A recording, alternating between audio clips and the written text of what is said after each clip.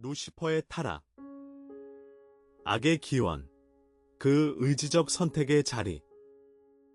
오늘 시즌 3의 지휘 그룹 두 번째 묵상에 함께 섭니다. 어둠은 처음부터 어둠으로 태어나지 않았습니다. 한 빛이 스스로 더 큰 빛이 되겠다 결심한 자리, 그곳에서부터 그림자가 자랐습니다. 오늘 그 시작점에 함께 서서 우리 안의 같은 결심도 함께 돌아봅니다. 선지자 이사야는 한 노래를 우리에게 남겼습니다. 본래 바벨론 왕을 향한 조롱의 노래였지만 교회사 신학자들은 그 안에서 더 깊은 자리, 어둠 자체의 기원을 함께 읽어왔습니다. 너 아침의 아들 계명성이여, 어찌 그리 하늘에서 떨어졌으며. 이사야 14장 12절. 계명성은 라틴어로 루시퍼, 곧 빛을 가져오는 자라는 뜻입니다. 그가 본래 어둠이었다면 이런 슬픈 노래는 부를 수 없었을 것입니다. 한때 아침의 아들이라 불릴 만큼 가까이 있던 존재가 어떻게 그렇게까지 멀리 떨어졌는가? 이 한 줄 안에 어둠의 기원에 대한 무거운 질문이 담겨 있습니다.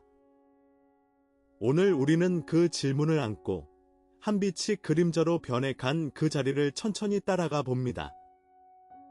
이것은 단지 옛 이야기가 아니라 우리 안에서도 매일 작은 모양으로 반복되는 자리이기 때문입니다. 성경의 첫 페이지는 한 줄로 시작됩니다. 하나님이 그 지으신 모든 것을 보시니 보시기에 심히 좋았더라. 창세기 1장 31절. 이 한 줄이 우리에게 결정적인 한 가지를 가르칩니다. 처음에는 악이 없었다는 사실입니다.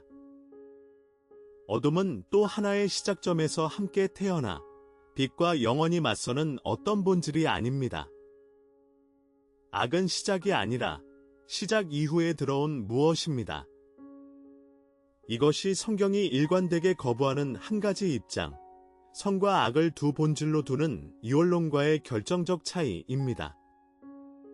사탄도 처음부터 사탄이 아니었습니다. 그는 한때 빛에 가까운 자리에 있던 한 존재였습니다. 그 존재가 어떻게 어둠이 되었는가? 성경은 그 답을 본질에서 찾지 않고 의지에서 찾습니다. 본질의 결함이 아니라 자유로운 의지의 결심이 그를 어둠으로 만들었습니다. 이 사실 위에서만 그의 책임도, 우리 자신의 경고도 분명해집니다. 타락을 읽는 두 가지 길이 있습니다. 한쪽은 오해의 길입니다. 사탄은 처음부터 악으로 만들어진 존재라는 입장입니다. 이렇게 보면 선과 악은 영원토록 맞서는 두 본질이 됩니다. 이원론으로 흘러갈 수밖에 없고 결국에는 악의 책임이 하나님께 돌아가는 위험한 결론에 이릅니다. 성경의 증언은 이 길과 충돌합니다. 다른 길은 성경의 길입니다.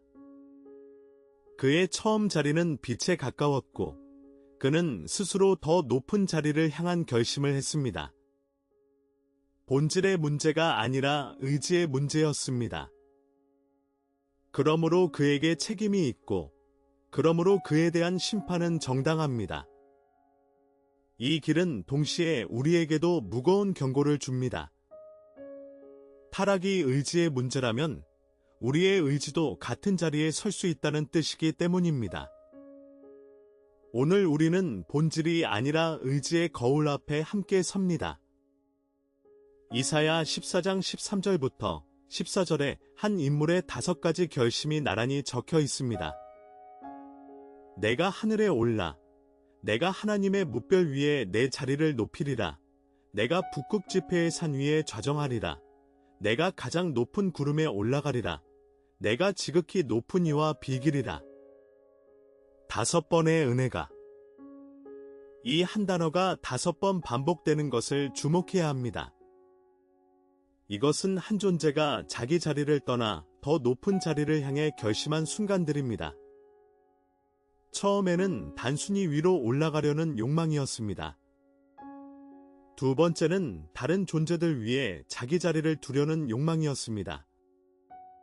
그리고 그 결심이 점점 깊어지면서 마지막에는 지극히 높으신 이와 같아지겠다는 결정적인 한 줄에 이릅니다. 여기서 타락의 본질이 드러납니다.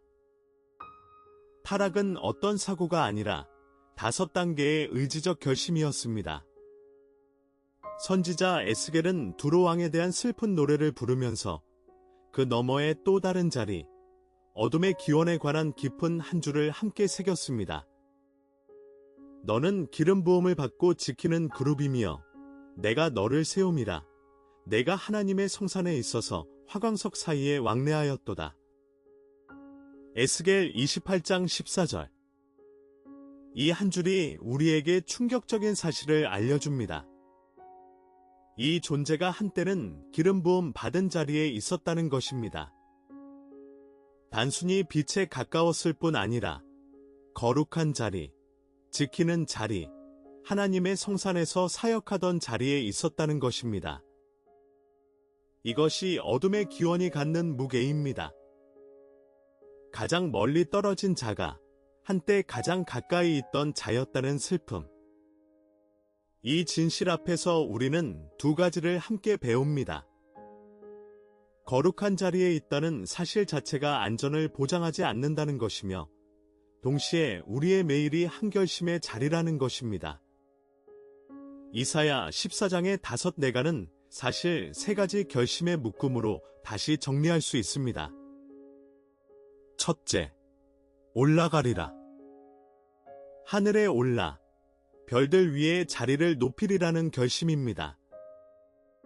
자기에게 주어진 자리를 떠나 더 높은 자리를 향한 욕망의 첫 발걸음입니다.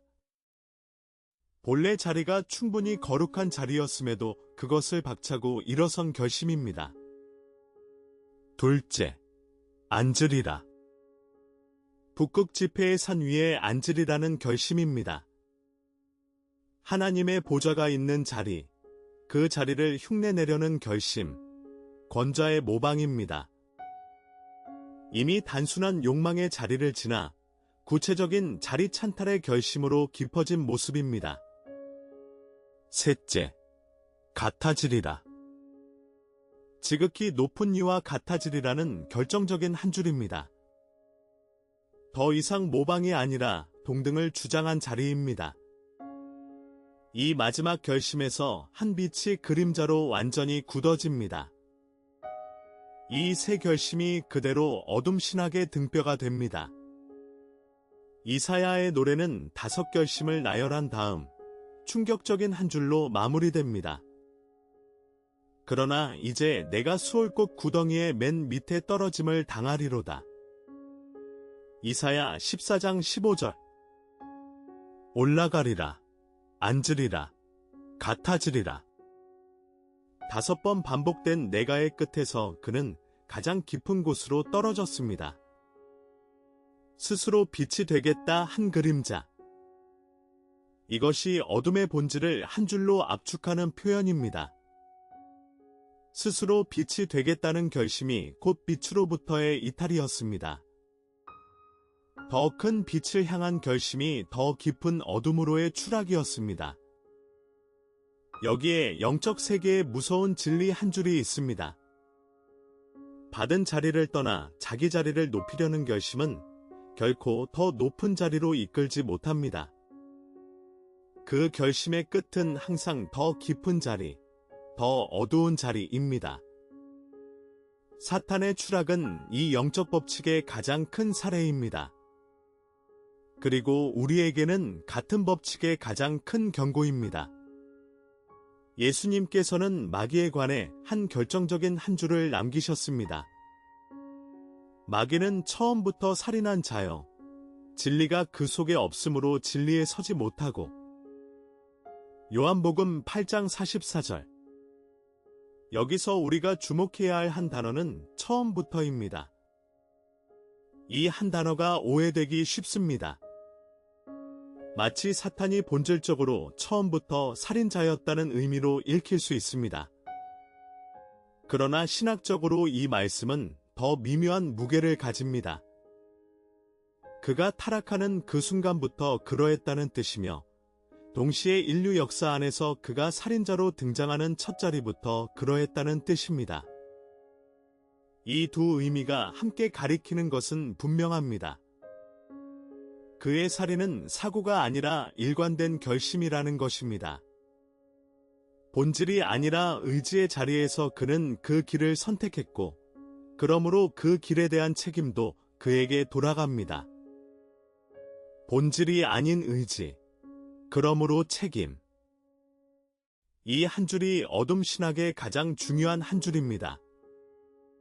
타락을 앞에 두고 신앙의 시선은 또 한 번 두 절벽 사이의 좁은 길을 걷습니다. 한쪽 절벽은 운명론입니다. 이 입장은 사탄이 그렇게 만들어진 것뿐이라고 말합니다.